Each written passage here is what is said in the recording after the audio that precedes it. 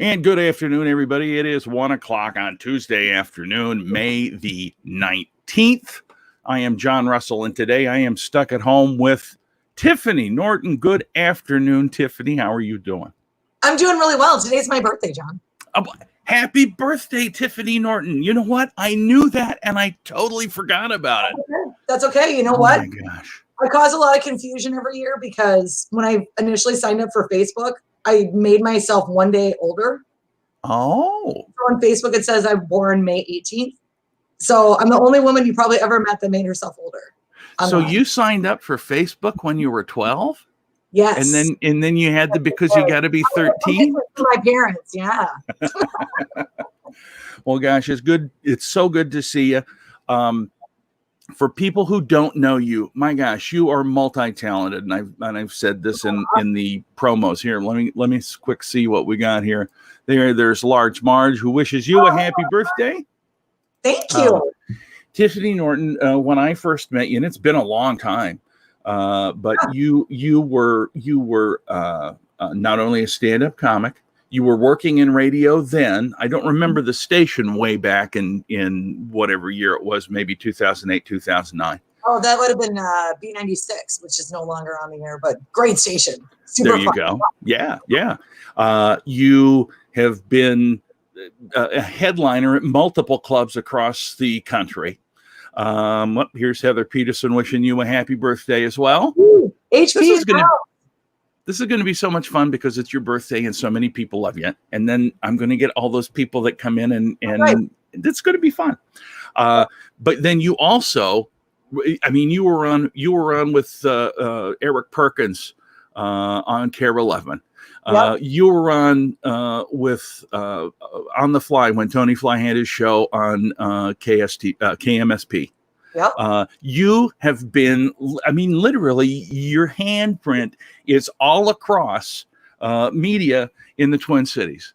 And you've recently, within the past few months, started an absolutely fantastic little series called The Bitter Baker that people can watch on YouTube. So it's just so awesome to see you here. Let me hit another one. There's Will Spotted Bear. He wishes you a happy birthday. Oh, Will. My mother is not so personal. She just gives you a thumbs up. Oh, that's your mom? Yes. Now, Tiffany, my mom likes to grade the shows. Oh, good. But see, it's a pretty simple grading system. It's, she seemed like a nice lady. That's it. Yesterday, Will got a full 100%. He seems like a nice guy. Okay. So that's as high. That's as high. Will now? Yeah. So that's as high as the rating system goes. It's the Bitter Baker. I'm not gonna beat Will. I know you're not. But here's the thing. My mother, God love her, she is 81 years old, and she has an open mind about most things. Good. So that's why she has a comic as a son. Well, she had no control. I'm like the black sheep. There's Peggy Miller. Hello, Peggy. Good to see you. Peggy will be on with me on Thursday. Oh, that'll be fun. Yeah. So anyway. So I'm just going to say this right now. I would normally, if it were not my birthday, I would normally not be drinking. I'm not hitting the pandemic that hard. I'm not normally drinking wine at 1 o'clock, but it is my birthday. It's your birthday and you're on this fabulous show. And I'm on the show and I'm seeing my friends. So I apologize. I am. Do not apologize. I think if it's anybody's birthday, they should go ahead and enjoy a sip or two of wine. Yeah, that's what I'll do. And by sip, I mean bottle. You're welcome. I got to tell you this. I found a website called Naked Wines, and it has nothing to do with clothing, but it's you get to buy wine from the makers out in California. Is this the thing that was on Shark Tank? I might have been.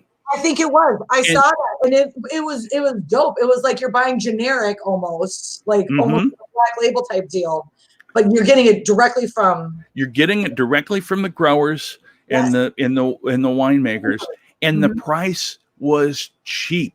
Now, I got to look into that because I'll tell you, it was, and I don't get it. I wish I got a referral, but I don't because I'm not smart enough to put a referral thing up here.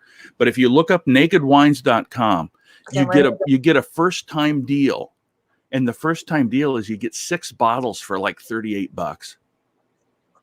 Okay. Yeah. Now that could be no. Oh, it'll be backwards. Oh, it doesn't make any difference. But so I got 6 of those. They're supposed to be arriving tomorrow. Perfect. I might drink them on the air. $38. That's a $38 for 6 bottles is tremendous. Now, I might have to pour half of it down the toilet, but I don't like the waste. So I will hold on to those. Hold on to those. All right. So let's get down to brass tacks. Downtown high-rise apartment. Yes. I mean, this is where she actually lives. This is not a green screen. No. This is her posh condominium in downtown Minneapolis. Whereas I have a blue screen with elephants. I can't afford downtown Minneapolis. Oh, you're in St. Paul? Yeah, I'm right in downtown St. Paul. If I can send my webcam a little bit, the building, if you kind of look, there. Yeah. So right there. That's the first building. Oh, no kidding. Yeah. Holy cow. The squirrel, when the raccoon was the building, it was not this building, but the one right next to it. The one that you were pointing. Yeah. Oh my gosh. Yeah, that is so cool.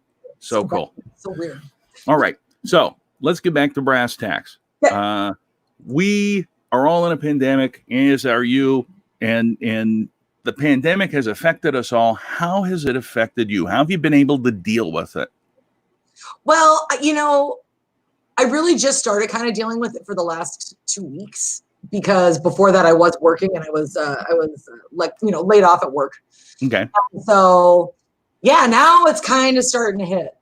But it's reminding me when in 2007, I lost my job in real estate and had aspirations always of doing stand-up comedy, but I'd never done it. And I was presented for the first time because I've had a job since I was like 11 years old. I've had a babysitting service. I've worked my entire life. And I was sitting there I'd never not worked. I just figured you apply for a job, you get a job. And for months I was unemployed. And that was when I started. I was like, well, what the hell? And I started doing stand up and I took improv classes at Brave New Workshop. And just to keep myself busy, I was like, this isn't going to be a path to anything. This is just, something to do, because I had always wanted to try it. And yeah. And then I ended up being underemployed, basically partially part-time employed for like the next 3 years as a comic and a promotions assistant at a radio there station. You go. But that's, and I like to tell people this, and Will Spotted Bear was on with me yesterday, had this great analogy. It's like, you got all these people that work and work and work and work, and then all of a sudden they get the big payoff because of all of that work. And the 3 years as a part-time struggling comic and doing the promotions and it paid off for you because, clearly you're a hard worker. Clearly you've got talent and people recognize that. And I'm stubborn. Well, yeah, I know that. Just Dan Schlissel told me one time, I said, what's the key to being a good stand-up comic? And he said, honey, it's just who out stubborns who. Yeah. That's it. It's absolutely true. Absolutely true. So we talked about it a little bit. Have you always kind of been fascinated by stand-up, or did something strike you as you were in your real estate career that said, hey, I should really finally give this a, obviously you lost your job, but was there one influence that said, this is a thing I want to do? Oh, I was a kid. I moved around a lot as a kid. We went to for a while there, it was like I was a new school every year. And so I was always just trying to make friends and crack jokes. And then I realized I'm sometimes really bad at reading a room and I think something's really funny and it's actually not. But I always kind of thought that was something special, only you had to be special. Someone told you should be a comedian, or you get invited to be a comedian, but I'd had a little joke notebook that I'd been writing down jokes since college, and just funny ideas, I thought.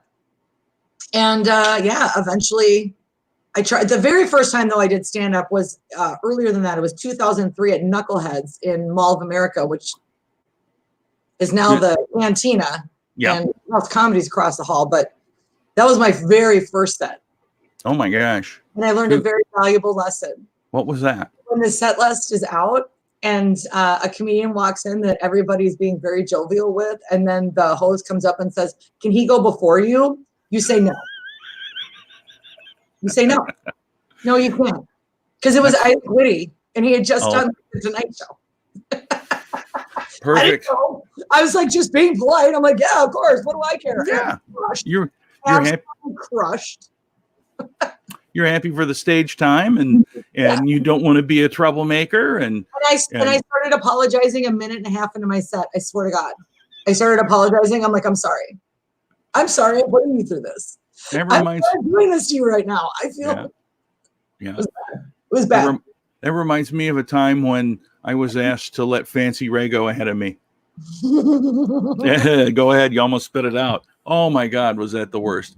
And you can't follow Fancy. No. I mean, and the only thing, it was a nightmare. But I think, you know how he says, I am the best looking man in comedy. No, I am the best looking man in comedy. Well, see, you've got the proper inflection. And he got done, and everybody was still, the room was still buzzing because he was, and I'm up there, and I just had, all I could do was get up and say, I am the worst looking man in comedy. Right. And I got a couple laughs, and that was all I wanted, because at that point I knew nobody's going to pay attention to me. I love that man. I have seen him. There have been women that have been like uptight in the front row, like holding their purses, like, I don't know what's happening. He will come down off the stage. He will gauge you. Oh, yeah. You're going to get drawn into his world. I'll tell you what. There is Carol. She watches us from Kenosha Comedy Club, opening sometime in June. That's great news, Carol. Great news. Thank you. I've never been to Kenosha, I don't think. Kenosha, we can do that. We can do that. I worked there a couple of 3 years ago, I think. Okay. So there's plenty of spots over there. Yeah. Plenty of spots to do the show. I'll risk it. I got a mask. I got a couple. My mom's always sending me masks, which is awesome. That was my Easter basket this year. My mom came over, socially distanced, dropped off in my driveway a thing of paper towels, toilet paper, masks, gloves, and a card with a check. And I was like, that's the best birthday. What else? Thing I've ever gotten. What else do you need, right? And that way you can pick out your own wine. Right. So have you found any oddities while you're out shopping, or doing that kind of thing? Oh my God, I almost lost. I'm like, I know we have to be calm and we have to be patient, but can I swear, John? Yeah, a little. A little. I don't want to offend your mother. My mom will. She sees through. She's got a bit of a filter, but not terrible. Okay, yeah, no, it's not graphic, but I don't know another way to put it. I almost lost my shit on this person at the grocery store because it's no mask, everybody's socially distanced, huge line, and normally when you check out at this particular grocery store, you've got the option of self-checkout or going through the line. Mm-hmm. Well, it was all one line. They didn't want you to do it that way because they wanted to wipe everything down in between. And this guy just barges in, coughing, no mask, and is cutting through the line going, well, I just want the self-checkout. I just want this.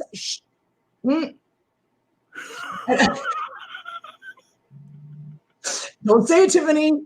Don't say it. Don't.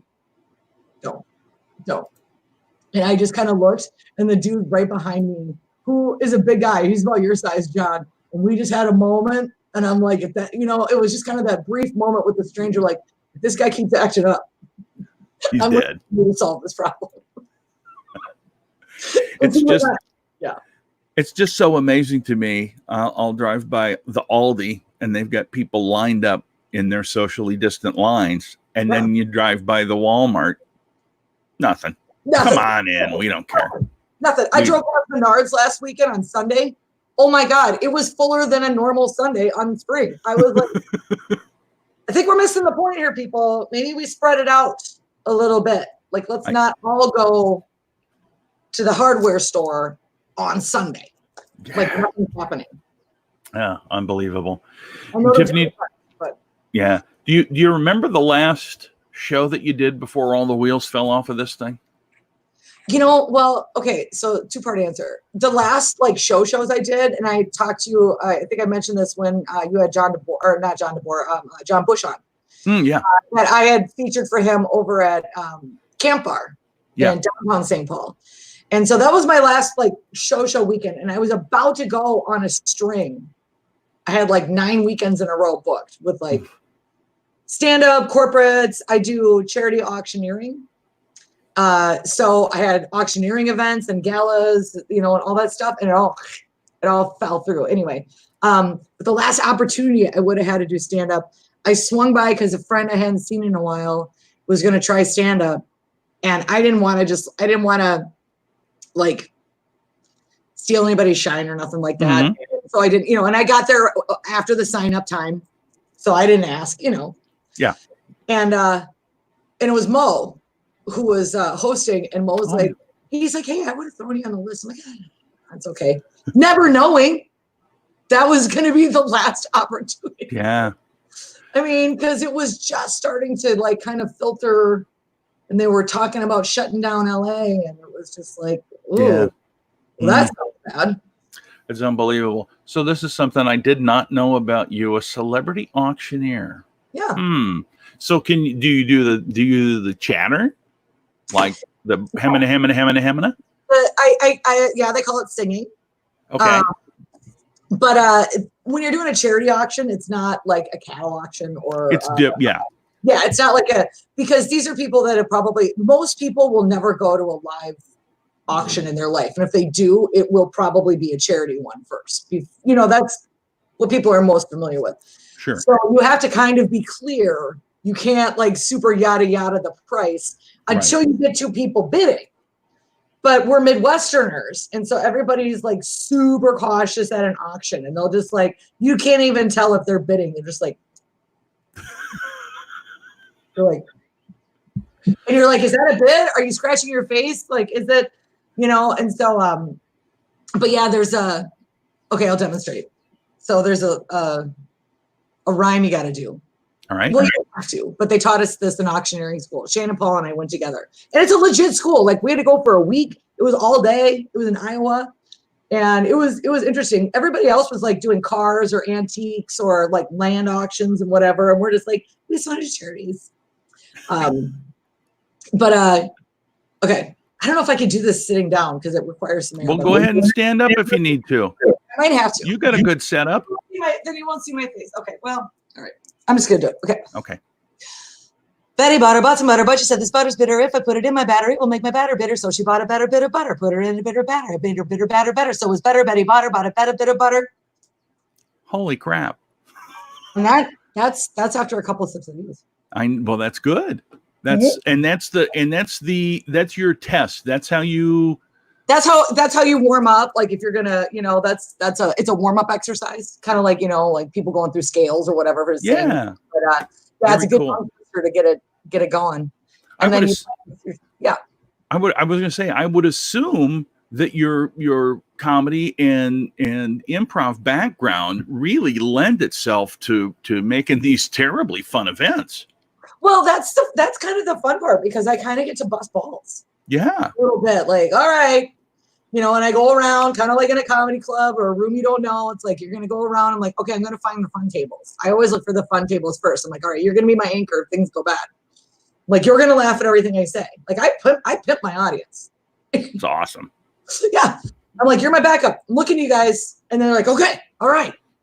And usually when you want to find this table, John, it is who they are. They already have a bucket's worth of empty beers on their table when you approach. This is your table. Now, it can go wrong if you're not good at, like, sometimes you rile them up too much. Wendy Mayberry, hey baby. I got to catch up. Wendy says hello. Bitter Baker is the best. Oh, I love Fancy Ray was at Marge's last show. That's awesome. Then Jenny says they do the same warm up in theater. Yeah, there we go. That's awesome. We can Betty Botter each other, Jenny. I don't think I can say it without spitting. Oh, I spit, I think. So that's another question. If you were to go out and do that now, you'd have to wear a mask, wouldn't you? Yeah, probably. I mean, and that's, where Shannon Paul and I have been working together on this project called Comedy Through the Chaos. And so what Yes. we've been doing is, thank God, we love Cheryl and Sean over at New Hope Cinema Grill. But they've been really cool, and they've let us come in and use their facility. And what we've been doing is we've been recording, not with an audience, but just stand-ups on an actual stage. And everybody's, we got hand sanitation stations around, and we're wiping down the mics and everything. But the purpose behind this project is these are all episodes that have a message. I mean, and Shannon had this idea for Comedy Through the Chaos 2 years ago, and who knew? Yeah. This would be like the most perfect name ever. Crazy timing. I did get to watch the first one. And, did you like it? Oh, I thought it was fantastic. You better say that. I'm not lying, because people that know me know that if I don't think it's that good, I'll say it was nice. I'll Minnesota nice it. But no, I thought it was fantastic from the minute that is it Roxanne that's your host. From the minute that she came out through that door, I'm like, oh my God, the production value on this is insanely good. Yeah. And John DeBoer is fantastic. Of course, you and Shannon and Will Spotted Bear was on that one. It was, it was top notch, as far as a show. And I was truly impressed.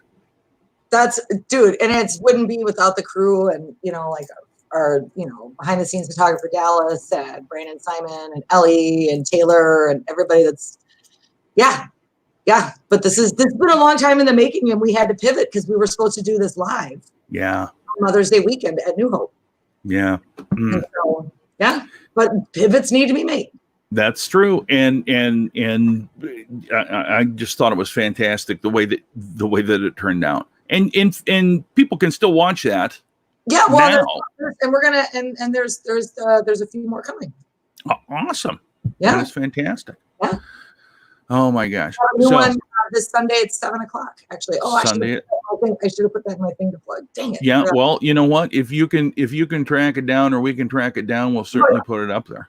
Yeah. And if you're friends with me on Facebook, then or whatever, I'm gonna have a watch party for it, so you can find it from my channel, Miss Shannon Paul's channel, YouTube. Fantastic. You misspelled her name, Dan, but you're correct. Yep, it's 2 A's. So, oh my God. So let's talk a minute about you and Shannon. You guys have been kind of, I don't want to say partners, because you're not comedy partners. You perform separately, but you work together a lot, right? We're soulmates. We're life mates. Yeah. I mean, we would date each other if that was our thing.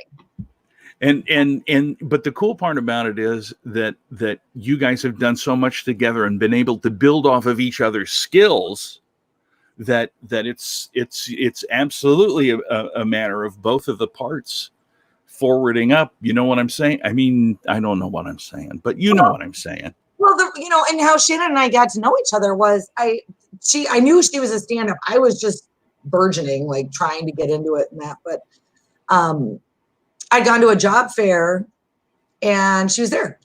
Oh. And they were looking for interns, unpaid internships at B96 at that particular radio station. And so I applied and she hired me. So initially I was one of her promotions assistants. Okay. And my job title previous to being a unpaid promotions intern at a radio station was that I was a regional director and an AVP for U.S. Bank Home Mortgage. Holy cow. So I caught on quick on how to hang the banners and set up the tables. The sound system took a little time, but and Shannon's like, oh, like you can actually help me with like real stuff. And I'm like, yeah, I can. Yeah. And then, yeah. It's one of the beautiful. We've been together in that capacity. We've been working together since January of 2008. Wow. Mm-hmm. That's so great. And that's one of the things. When you're smart and you can figure stuff out, it's valuable to people. Well, and when you're smart, you partner up with other people that are smarter than you. And Shannon's a lot smarter than I am. Shannon is a lot smarter than. I'm not gonna agree because I don't want to get into trouble. No, Yeah. But you're both fantastic. I love both of you guys. It's always a love you. It's always a treat. My mom was like, "What's this interview?" And I said, "Well, I'm being interviewed by a very good friend of mine, John Russell, who used to do radio." And she's like, "Well, what does he look like?" He looks like hell, Mom. I said, "He kind of looks like Brian Denny." I said it, and a little bit like Ben Franklin. Yeah. I'll tell you, the weird part about it is that as I've been doing this, I've noticed it seems like my hair used to be down about here, and it'll break if you pull it back into a ponytail too much. You got to comb it forward. Do it like the Prez. I better start. I mean, I've still got it all. It's all back there. It's just out of the way. Yeah, the skipper. The skipper. No, John's cuter than this. Although the skipper was kind of cute. I think you're cuter than the skipper, though. Yeah. All I can say is it's very kind of you. Somebody told me Ernest Borgnine one time, and I was truly insulted. Oh my God! I said that's not a compliment. All right, so let's go through real quick your steps. So when was the first time you got to feature? Do you remember that? Oh God! Because it was a while ago. First road feature? Yeah. So bad. The headliner was great, and God rest. Did you ever meet Jimmy Wiggins? Oh yeah. What you a great. Get to work with him, huh? Yeah, and it was my very first road gig, and it was Mole Lake, Wisconsin. Oh, that's one of the comedy hotspots. Yeah. Oh yeah. You know it. It was a casino gig. I was like, okay, cool. And they just started doing comedy. They'd only had one show, and I was the second show. And so at the time I was working for the radio station, and I'm like, all right, I'm going to get there super early because I had a hotel room. Get there early. I'm going to check sound. I'm going to make sure everything is set up right. I just want to make sure everything's cool. And then I can rest a little bit and then, go to the show. Because I was super nervous. And it's like a 5-hour drive one way. And so I'm just rehearsing my set the whole time. Mm-hmm. I get there, and they show me the bar area and the stage. I'm like, oh, this could be dope. I said, it looks great. I said, all I got to do is check the microphone, and we're good to go. And I'll be back. And they're like, we thought you brought the microphone. Yeah. Yeah. Because the week before, it was the musical parody guy, Jack Wilhite. Oh, yeah. And so Jack brings his whole own system. He doesn't ever use their system. He's got his whole own thing. Yep. So I'm like, do you not have a mic, or, a microphone anywhere? And well, let's see what we can do. And I'm like, oh God. So then Jimmy shows up, and I've never met Jimmy before. And Jimmy, if you don't know him, billed himself as the last hippie. Mm-hmm. And he loved to sip his tequila and smoke his cigarettes, and real raspy, deep country voice. Just like felt like a hug. Such a great voice. But very, but it was he was an older gentleman. I said, these guys said there's no mic. Are you cool with going a cappella?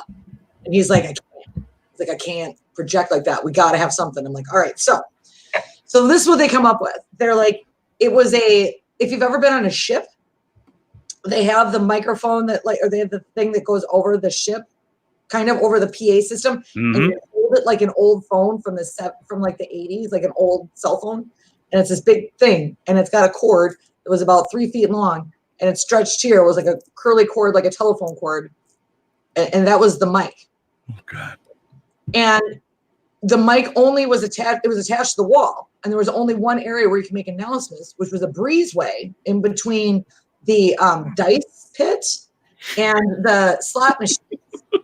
And then there was a small bar behind it and a couple of cocktail tables that they had just assembled. And I'm still holding it, like I'm still reliving it. But people are walking through the breezeway trying to get to the other side of the casino. They see me talking on this thing, and they just stop and just stare. And I wave, and then they move on. But I can't help. I mean, like, randomly, there was no introduction. Randomly, like, my voice is all through the casino and the parking lot. And this is my first feature set. My first. Then I get a note from the security guard who comes up to me about 5 minutes and he folds up his piece of paper and he hands it to me while I'm talking and someone's looking at me in the breezeway and it says, tone it down.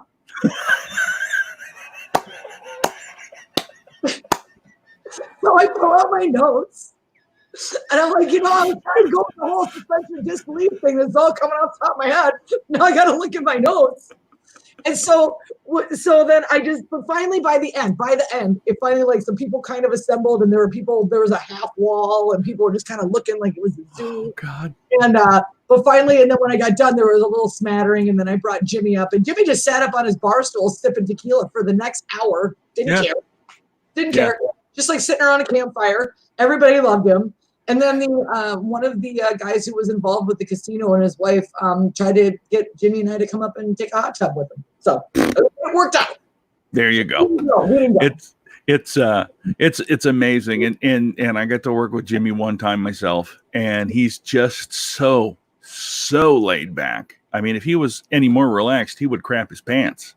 And I mean, man, nothing fazed the guy. No. And he just was the kindest. Oh my God, I saw him do almost 2 hours once. Yeah. And the audience loved it. And the audience was like, oh, well, I should probably be getting going now. And no. Are you sure? Oh, no. I mean, they did not want him to leave. It was great. So fantastic. And that kind of leads into, now that sounds like that might be a hell gig. One of the things I like to ask people, Tiffany, is their favorite memory of a hell gig. Oh, I got a different one for that. Good. I would love to hear it. Oh God, I know when you mentioned that you might ask me this question, and I was like, oh God, how do I count the ways? I had to share a comedy condo with a hypnotist. Yeah, that's a thing. Enough said. Comedy condo, co-ed comedy condo. Apparently. Oh my God. Milwaukee. It was Milwaukee. Oh God. Potawatomi. No, not the casino. The comedy club in Milwaukee. I think it's, oh crap. Anyway, it'll come to me. Yeah. And so I was supposed to feature, and then I got called the week before, and they said, oh, we forgot, like we basically booked this hypnotist. And so he doesn't want a feature. He doesn't use a feature. He uses a whole hour. So we're just going to have you MC. And I was like, okay, cool. And, so they're like, it's a comedy condo, and the condo in Milwaukee is above a nightclub, and the nightclub doesn't close until 2. Perfect. Right. Which actually isn't too bad for comic on the road. I mean, you're coming down late just like everybody else. Right. So I get there early, like I usually do.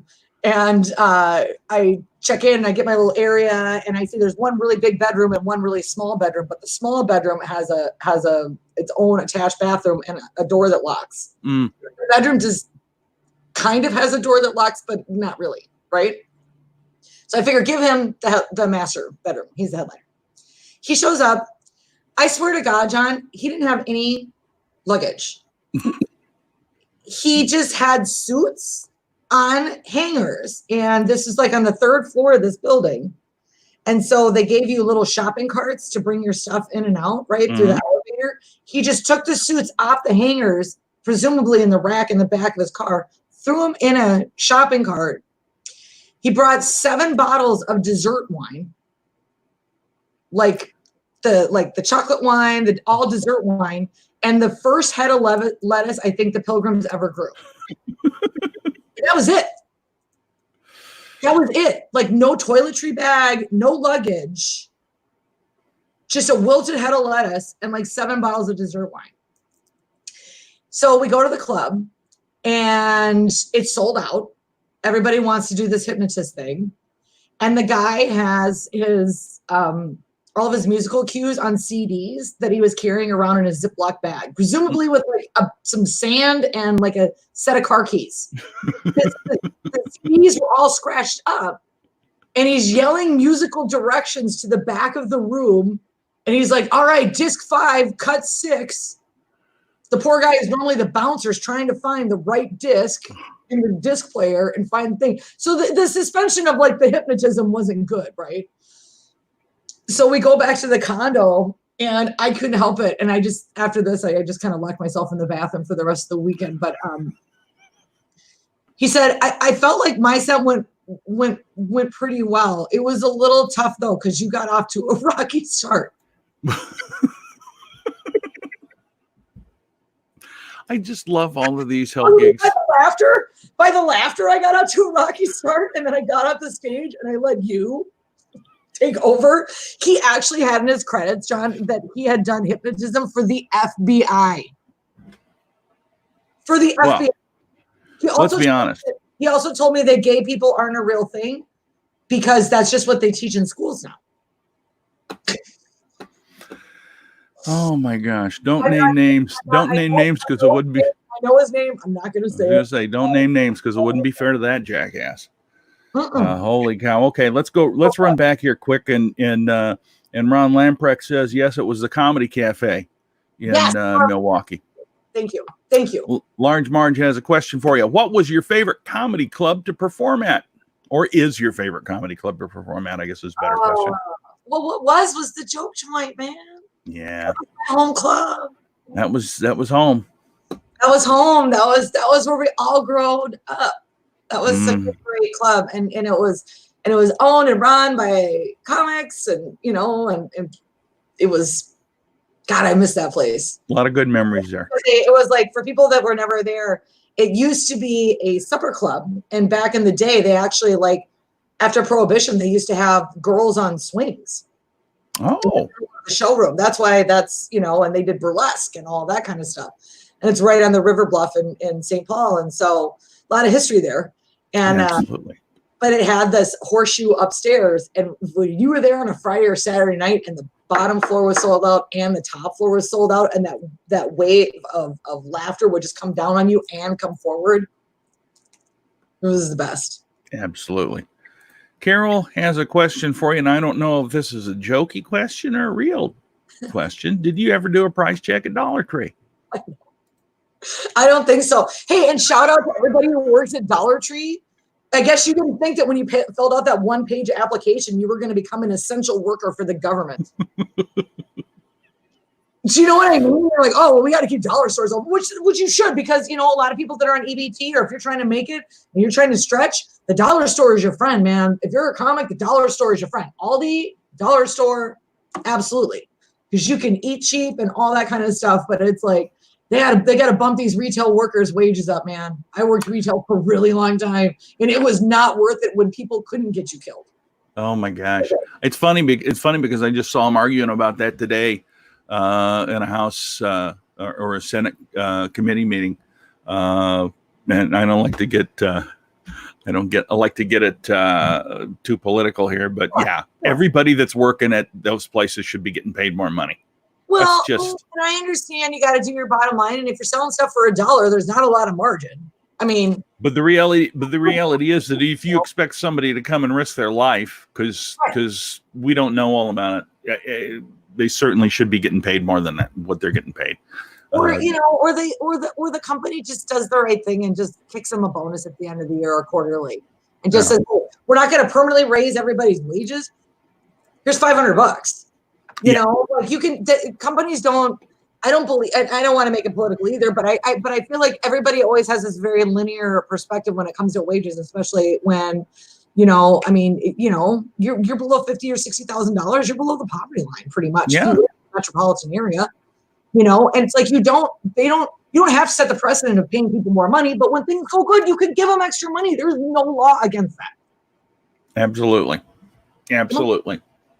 Anyway, so now that we've just no, and I think you and I are not disagreeing. No. So do you have anything on the calendar, or did everything wipe for you? Oh, well, I think I still have a June date in the UP of Michigan. Oh my God. Up at Harris? Yeah. At the island? Island Casino, yeah. Here's the funny part about the island. You're always there either a week before me or a week after. Yeah, I love the island. It seems like it. And my gosh, those folks are so awesome. It's a nice drive. God, I can't. Did you see they're going to reopen Mystic Lake? Yes, I saw that. It makes me a little bit nervous, but not so much because I've also become, a lot of people don't know this about me. I am hooked on watching these people that make videos of themselves playing slot machines. What? That's a thing? It's a thing. They make money at it. They make a living. They're They make YouTube. money out videotaping themselves playing slot machines. Yep, because so many people on YouTube watch them. Don't go to college, kids. It's not going to be worth it. But what I've noticed is that in some places they've opened up casinos already, and these people are already out doing their recording again. And what the casinos have done is they turn off every other slot machine. Well, good. So that makes it a little bit more tolerable for me. Yeah. Well, and there's a lot of alcohol. Alcohol sanitizes. Yep, that's true. Just spill a lot of drinks. Just throw a drink at your machine right before you play it, and you're fine. Oh, absolutely. It might kick you out, but you'll be safe. So, do you find yourself when you work the casinos? Do you gamble at the casinos a little too, or do you? Very rarely. Very rarely. I used to really like to gamble. Like when I was in college, I went to Mankato State, and they used to have this deal where you would get a free ride to, oh my God, why can't I think of it? What's the casino in Marshall, near Marshall? Morton. Jackpot Junction. Yes, Jackpot Junction. So this is great for a college kid. This was amazing. I don't remember which one of my friends was the brilliant person behind this, but there was a shuttle that left, and it would leave at like 6 o'clock at night, and then it would come back at like 6 in the morning. Mm-hmm. And you would go to Morton, Minnesota on this bus. Didn't have to drive or nothing. They would have bus casino or bingo, so you could win money on the bus. And when you got there, you got a voucher for food, $20 to gamble with, it was a buffet voucher, $20 to gamble with, and a thing for like a free Coke or like, non-alcoholic beverage. So we were in college. We couldn't drink or go to the bars or anything. So we would all go on the bus, collect the $20, and we'd bring our homework. And we would just sit on the floor, and like do homework. And then we'd get back on the bus. And we thought it was great, And after a while, though, some of us started to, especially my friends that were in engineering, started to read Hoyles and a lot of these on gambling theories. And so, of course, not to be outdone by the boys having fun, I'm not going to sit here and read books when people are doing cool stuff. So then I started reading it too and committing it to memory and learning the principles behind blackjack and all that stuff. And then, I don't know why I was going on that story. It doesn't make any difference. It tells a lot. I love casinos, but honestly, doing comedy in casinos kind of cured me of it because it's sad when you go there and you're checking out at like 5:30 or 6 in the morning, and there's someone already with their player card that's attached to them, and they're connected to this machine, and then they got the oxygen tank right there, and they got the smoke on the other side to keep away from the oxygen. And then it's like, ugh. It's one of those things, I work with Mark Poulos a lot, and one of the reasons that he and I work together is because we got a little problem, so we kind of watch out for each other to make sure we don't do that. No. I almost missed a gig because I won't say who the headliner was, but I had to drive the headliner. It was one of those things where I got roped into it as a feature. It's like pick him up from the airport, drive him here, drive him from this TV repairs, drive him here, or whatever. And West Coast guy, anyway. But no, like at 3 o'clock in the morning, I'm like, dude, you have TV at 6. City. That's an hour from here. Can we go? Oh, but it's a hot machine. I love this red, white, and blue slot machine. They have them everywhere. Oh my God. I'm already getting paid like 10 times what I'm getting paid, and I'm driving your ass around. Well, it's when you don't have to worry about stuff. I don't know. That's one thing. I don't know about you. I always get very, very nervous about making sure that I'm not late for stuff. So I'm usually excessively early. Right. And sometimes to the point where it's like embarrassing because I'll be at a venue sleeping in my car in the parking lot, just because it's like, what are you going to do? But I'm here. Exactly. And that's the life of being the opener. Because you know what? The headliner can fudge it a bit. Yeah. I mean, you shouldn't, but they can. They got a half hour. They've got your set as their margin of error. They got a half hour. Yes. Yeah, all right. Cool. So we talked about hell gigs. Tell me about the show or event in comedy that is your absolute favorite, best memory of all. Oh, God. Are there good memories? I'm just kidding. Yes, there were plenty of them. I'm just kidding. You know, probably the very first time I got to headline. That was, I got to headline in, it was like 2011. And it was for Bill Bauer, God rest. Mm-hmm. God rest. Love Billy. And yeah, and it was in Mankato, which is where I'd gone to college. And it was my very first time headlining. It was New Year's Eve. And they did, Bill set me up. He got an article written about me in the newspaper because I was a Mankato State grad, and he got me on radio, and I got to do a radio interview with a friend of mine, Terry Cooley, who is not in radio right now, but like has been for a long time. And I knew him from like when I was in college. And so it was just, and they actually had to, I sold out both shows, and they had to add seats for both shows. Oh, wow. And I had set the record for Bill's production or whatever. Yeah. For that particular, for sales on a particular New Year's. So that was great. Was that the one that he and Craig booked at the Best Western? Yes, at the Best Western on 169. Yeah, boy, that's my gosh, that is so much fun on New Year's Eve to pack that place. Oh my God, and it's a huge room. It is. It's a banquet hall. So yeah. 400, as I recall, it's like 300. They sold it was 450, as I recall. I mean, it's just, and they jammed, and they had seats all the way around the edges, and it's. I don't think I hold the record anymore, but at the time it was like one of those. I remember, and then what's always is the best is the comedy brunch, the non-comedy stuff every New Year's. That is one of the coolest things, and it's become a little bit harder now because as I talk with a lot of people, one of the things that's been when you know people that are comedians. When they become more successful, you see them less because they're out working. They're busy doing their stuff. Right. And you're certainly one of those people. But that New Year's comedian brunch has always been a pretty cool spot where national headliners.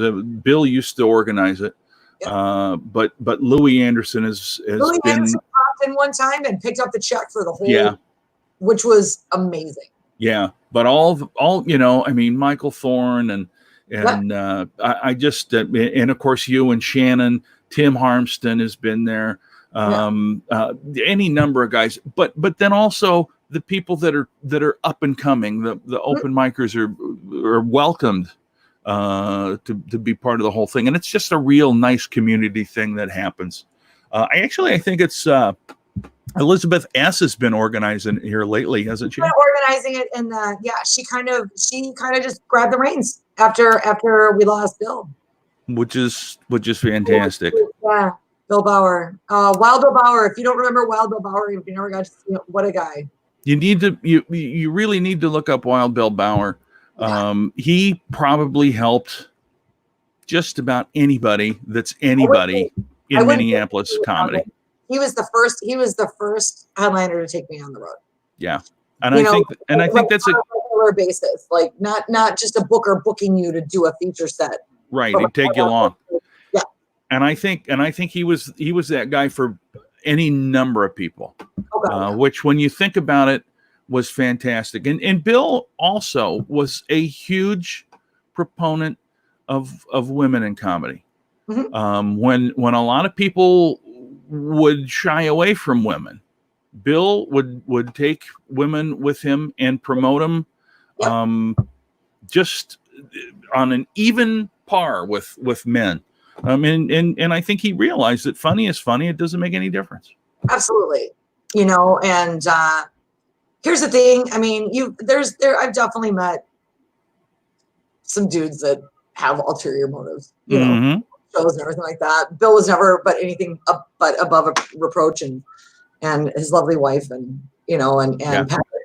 Patrick, and You know, Absolutely.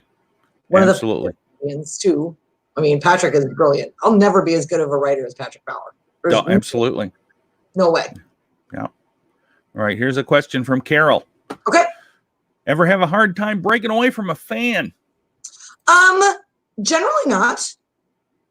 Because I just usually go, oh, sorry, and then I leave. You're fortunate. Irish goodbye. Like, ooh, oh, I gotta do something, you know. And then I'll tell you, I am, for whatever reason, I'm too nice, and so my favorites. Yeah, I mean, for any number of reasons, with that we can do a whole show about that. But when I was brand new, I wanted to talk to everybody. When I was brand new, I wanted to talk to everybody. That's kind of, you know what I mean. It's like it depends on your mood too. Like if you're set one crappy, you really don't want to talk to anybody. But if you're going well, oh, you want to tell me how awesome I am? But the other part of it is too that sometimes people start to talk to you and take an interest in you, so you want to be receptive, right? And that's kind of my nature, is to do that. I remember working in Decatur, Illinois, and after the show, somebody coming up, and of course, after the show, you're trying to sell some merch, right? Mm-hmm. After the show, you think, oh, here comes somebody to buy a shirt from me. And they start to tell me about how I've really brightened their day. And it's been so good because their cat has been sick, and just and then you get the 9 degrees of how the cat is ill, and it's like, and how do you get the hell out of here? I'm trying to sell shirts. This is how I make money. I don't give a shit about your cat. I mean, he's probably a nice cat, but I don't need I don't need a cat story. And then it's just, and then the whole thing is shot, you know. Oh, that's right. Like that's, you know, it's funny you bring that up, because that's specifically like when I sell merch on the road, I only sell bumper stickers and beer koozies. Guess what? It doesn't matter what size it is. It's a sticker. It's a beer koozie. And then whenever I see someone, because you're gonna have those people that, and we want the love and we want the support, but they're not aware that this is really our side hustle, and that's just all it is. They're not trying to be mean or rude. They were just engaged and they liked it and everything. But then also too, and so I just do I kind of do the Studio 54, like the bouncer thing, like, oh, what's up? Oh yeah, you need some? You need some? You need some? Come on up. I'm like, oh, you need some? You need, you know, just like you need to have those in your quiver to use when you need to. You've got maybe 15 minutes to sell all of your merch. At the most. If they don't cruise right past you and just run to their car. Yeah. You have maybe 15 minutes, so you got to capitalize. Absolutely. Okay, so Jenny wants to know, what's the Bitter Baker? Have I missed it? No, you have not missed it. You couldn't have had better timing, Jenny. That was perfect. So let's talk a little bit about this phenomenon, which is the Bitter Baker. Phenomenon. Yes, thank you. How did you come up with this idea? Well, it was kind of a collaborative effort. I went through a divorce recently, and I was really struggling. And like, for whatever reason, Sundays are the worst after a breakup. I don't know why. I was just used to that was always the day I would cook and take care of the family and clean and just mill around and wear your pajamas all day and just snuggle and everything. And then, you know, you're alone. And I've been super depressed. And I have a bunch of stuff in my apartment that was from my grandmother. My grandmother is kind of the inspiration for the Bitter Baker. She was the one who taught me how to bake, took me into the kitchen when I was like 3. And she was a tough Irish woman who grew up during the Depression in Long Island. And, you know, she instilled in me a sense of that, you know, I mean, part of why you want to be a really good cook is because if you're a really good cook, then people really can't say that much bad stuff about you because they want you to still cook for them. I like that idea. You don't really have to be as necessarily. I mean, she didn't say it to you like this, but that was kind of what it was conveyed. And she would always mutter under her breath, like, well, I'm going to make this. So anyway, I was chopping it up with a friend of mine who's a director in town, and he used to direct some shows for the Food Network. And I was just complaining over happy hour. I'm like, you know what sucks about all these cooking shows? Like, they never they never are making it for like any real reason. It's always like, oh, my fabulous birthday party or this or that, you know, like, oh, my daughter got into Harvard, or, you know, it's just like this fake picture of a perfect life. And it's like, we all cook. We all cook. Yep. There's no, in fact, if you're poor, you cook more than you do if you're rich, probably, right? And so it just kind of came together. Basically, it's a sketch comedy, I say, a sketch baking series. But not necessarily everything that's depicted in all the episodes is 100% true, but basically I bake and I express my bitterness through baking. It's a comedy, and it's really funny. And in context, and what we're going to do is, you might have seen me popping this up on the screen because I'm getting it up here so we can share it. Sure. At the end, we'll run your latest episode, and we'll run the audio, and people can watch it. But I encourage you guys all to go look at it. And the Bitter Baker has a channel on YouTube, and all you got to do is go to YouTube and search it. And please, The Bitter Baker, and please subscribe. It's so, I hate launching. It's so embarrassing to launch. Have you launched a new page at all recently, John? Like launching the show, right? And it's embarrassing because you're like, why is nobody looking at it? I have 98 subscribers. Can we get to 100? Can we get to 100 on my birthday? Two more people that are watching today need to go and subscribe to your channel, and then we've got a goal. In fact, if when people go and subscribe to it, but don't do it now, because I want you to watch the rest of what we're doing.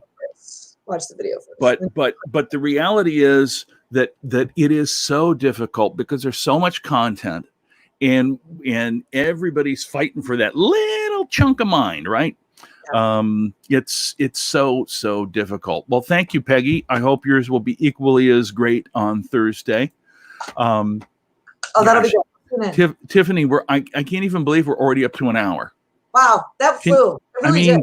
It's and I tell people, when it's somebody that I like to talk to, it's really easy, you know. And so I really truly appreciate you taking the time to talk with me this afternoon, and hopefully everybody that watched enjoyed it. We had a good steady stream, it looked like.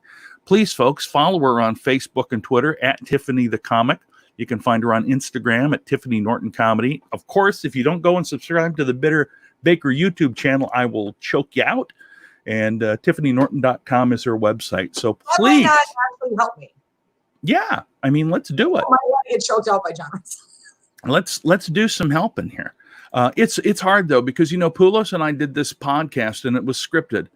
And it's one of the funniest things that I've ever been involved in. It was about two Phoenix radio guys that got fired, and we're trying to figure out how to do a podcast. That's a great premise, actually. That's funny.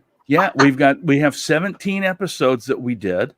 And we've got some guest comics that play parts, but it's all scripted. It's not just us. Yeah. But that's the hardest thing. You put it out there, and if your promotion doesn't equal your content, it doesn't make any difference.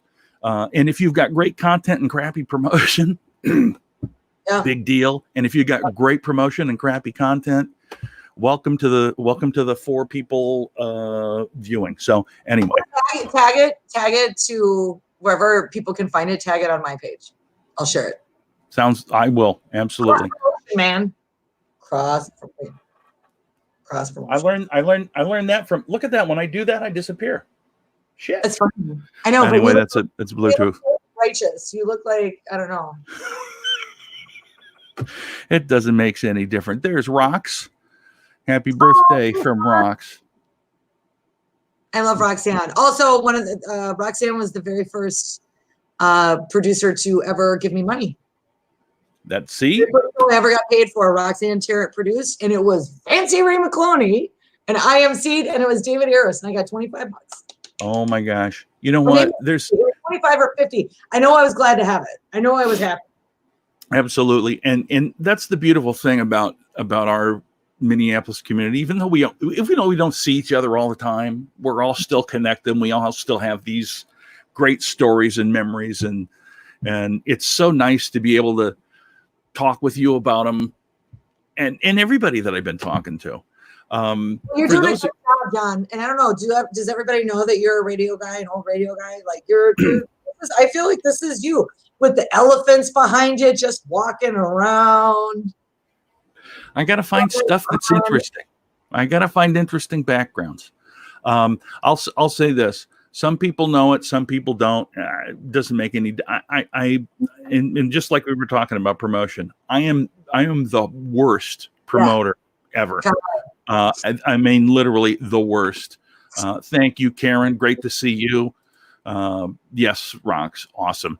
But yeah, I think most people know that I did this for quite a while, and really, honestly, right now, I'm doing it because it feels fun and good, and it's something to do while there's nothing going on for me. So, and I like to encourage people, if they're watching this show and they happen to see something on Facebook or YouTube or Twitter or Twitch, and it's somebody streaming comedy or acoustic music or a virtual open mic, please stop, give it a thumbs up, watch it for a while. If it's not your cup of tea, go find somebody else. But when you do this, you support everybody. You make people realize that they're making a connection to other human beings, which is very, very important for creative people that are stuck at home. And you're an all-star in my book for doing that. Tomorrow, Tiffany, do you know Willie Farrell from Des Moines? Have you ever met him? I don't know. Willie Farrell is going to be on with me tomorrow. Okay. Awesome. And Willie Farrell has been on HBO. He's about the same, in that same age group as Wild Bill and Louie and those guys. Okay, maybe. But he started down in Des Moines. He's been on HBO. He's been on A&E. Okay. So I gotta open for the guy who's been on HBO. Okay. No. We'll Spotted Bear open for you. Good point. See, I mean, it's all. But here's the thing. Willie Farrell went to my high school. He was 5 years ahead of me. His wife was in the same high school class as my sister, and Willie has been doing this for over 30 years. Wow, that's awesome. Willie performed in Las Vegas and caught the coronavirus. And so he's going to come on tomorrow. Oh, God. Yes. So for all of you who have said, oh, my gosh, well, tell me one person who's got it. Yeah, I'm going to have a person on tomorrow that actually caught the coronavirus and has survived it. And he's going to tell that story plus a bunch of other stories, but that one is the most important. And so I encourage you all to tune in tomorrow at 1:00 when we talk with Willie Farrell. That'll be good. There you go. You got your new there. You got one subscriber out of the way. You just need one more, and I can probably do that when I play this. For this, come on. There we go. Hoot hoot. All right, folks. As we go out today, again, Tiffany, thank you so much for joining me. And there's John Bush. There he is, right there. Okay. As we go out, there's Cindy. Cindy watches us from Alabama every day. Tiffany, how about that? Oh, she does? Oh my God, that's awesome. I know it's a little web that I'm weaving around the country. But as we play out today, what we're going to do is we're going to give you a view of Tiffany's Bitter Baker show. And we'll watch the latest episode. And then I encourage you to run straight over to YouTube and subscribe to her channel. All right. Will we do that? Will you please do that? I feel like the American Idol kid, like, vote for me, number 7. It's number 7. That's the one. All right, folks. Thank you for watching. I will see you guys tomorrow at 1:00 with Willie Farrell. And let's do this.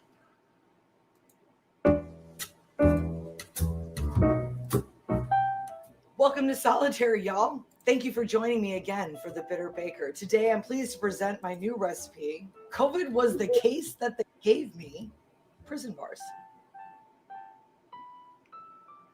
I think think most people have wondered at some point whether they would be good in jail, whether they would survive in jail. And I think the last few weeks has proven to most of us, including myself, we suck at it. We have Netflix. You can go outside. You can drive a car. You can do a lot of things. The liquor stores have been deemed essential. Still can't cope. I think, like a lot of people, I've been spending even more time than normal in the kitchen baking. I'm trying to cope with the fact that I don't have a dating life anymore. I'm living vicariously through my other friends. My friend Judy, I had a guy break it off with her because he got upset because she wanted to actually quarantine. So his suggestion was that they could meet up in the woods. I think since roughly 1980, a little guy named Jason Voorhees has taught all women you don't go on a date in the woods. Yeah, if Corona doesn't kill you, he will. So this quarantine recipe is one I actually took from people that are incarcerated, and you only need ingredients that you can find in your average vending machine or prison commissary. So it's really easy to begin this recipe. All we're going to start doing is taking our Oreo cookies, separating them, and scraping out the cream filling and putting it in a separate bowl. We're going to reserve that. We're going to use that later. We will next crush all the wafers into a fine powder using a glass or a jar. I'm going to use my food processor because in my mind, I'm in one of those fancy mobster jails. We're going to add the following: a tablespoon of mayonnaise, a tablespoon of peanut butter, a quarter cup of sugar, and a little bit of water. We're going to mix this until it has the consistency of a brownie mix.